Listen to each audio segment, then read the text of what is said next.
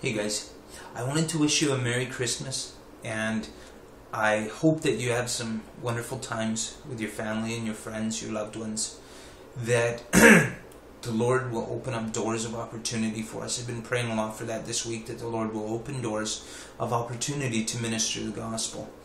And more I see how supernatural salvation is, that it is literally bigger than bringing a dead man to life. It's much bigger than that. It's being born in a much higher way than we are right now. It's just the most supernatural, wonderful thing that can happen to a human. And this is what we're praying for our families, our loved ones, that they will be born in a higher way than we are born here and now. Not only flesh, but something much greater than flesh. That's my prayer and earnest desire for each of us, that we would see God's hand at work in our families, bringing about salvation, the most wonderful thing that can happen. I also wanted to encourage you. It's been a very challenging week for me. I've been surrounded by so many wolves and militant atheists. It seems like there's no light. It's just constantly clashing with darkness. And it's hard at times not to become bitter, not to lash out with anger, not to scream at some of the things that are being said.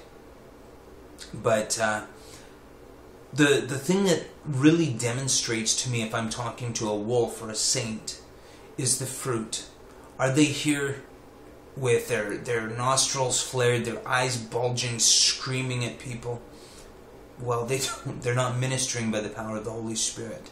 Are they showing kindness where none is deserved? Are they responding to hatred with love and gentleness? Well, the false religions and cults can do that to a point. They operate in the flesh, but they can control their flesh to a point. But to faithfully, year after year, minister in this fashion takes the power of God. Everyone has their breaking point. And if you're ministering in the flesh, you'll reach it.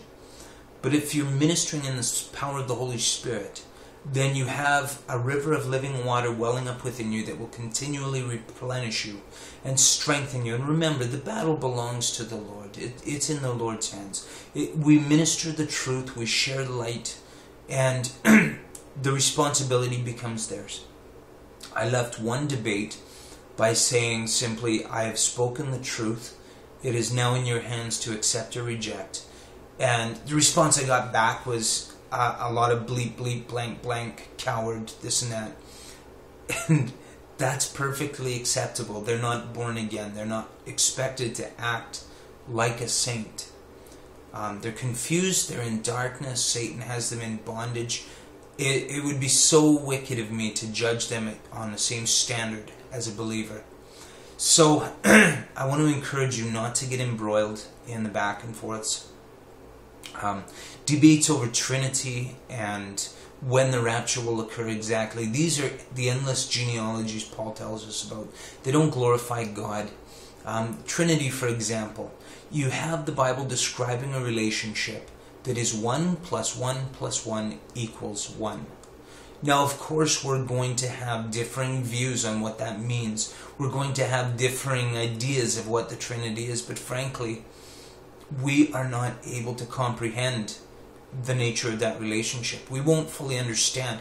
We only see in part right now. Then we will see in full, and then we will understand the nature of that relationship. But who do we think we are that we understand God? I think humility is one of the greatest fruits of the Spirit. Know our place, know our limitations, know that we are not God, that we are not equal to God, that we cannot comprehend all of God. That being said, the Holy Spirit guides us into all truth, and we pursue truth. I've seen a lot of people try to win arguments simply to be right and simply to be the victor. They have no interest in truth, and I'm saying that about the wolves, about the atheists, about most people. It's in the human fallen nature to want to be the victor of an argument.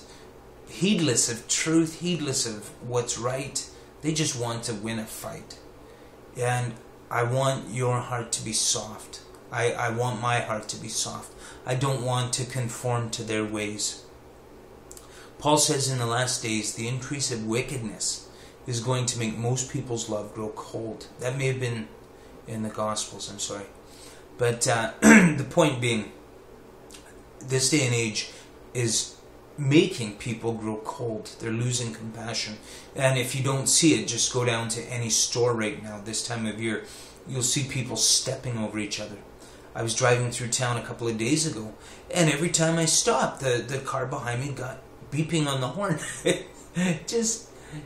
It's turning into a bit of a nut house. Everyone is so angry and in such a hurry and so willing to step on each other that it's becoming harder and harder and harder to display the fruits of the Spirit. It really does make you a doormat. I know I'm rambling a bit, and I apologize for that. I just want you to keep your heart soft and keep renewing yourself by that stream of living water that Jesus offers to us, that flows up from our belly and renews us. We're more desperately dependent on that now than ever before. We need the Holy Spirit to replenish and renew and refill us. We need the bread of life from Jesus Christ to nourish us and sustain us. And He's not a stingy God. He is generous to those who hunger and thirst. And my prayers for your blessing, for your continued strength, and for a happy holiday. And I look forward to ministering side by side with some truly fantastic people in the year to come. God bless you all.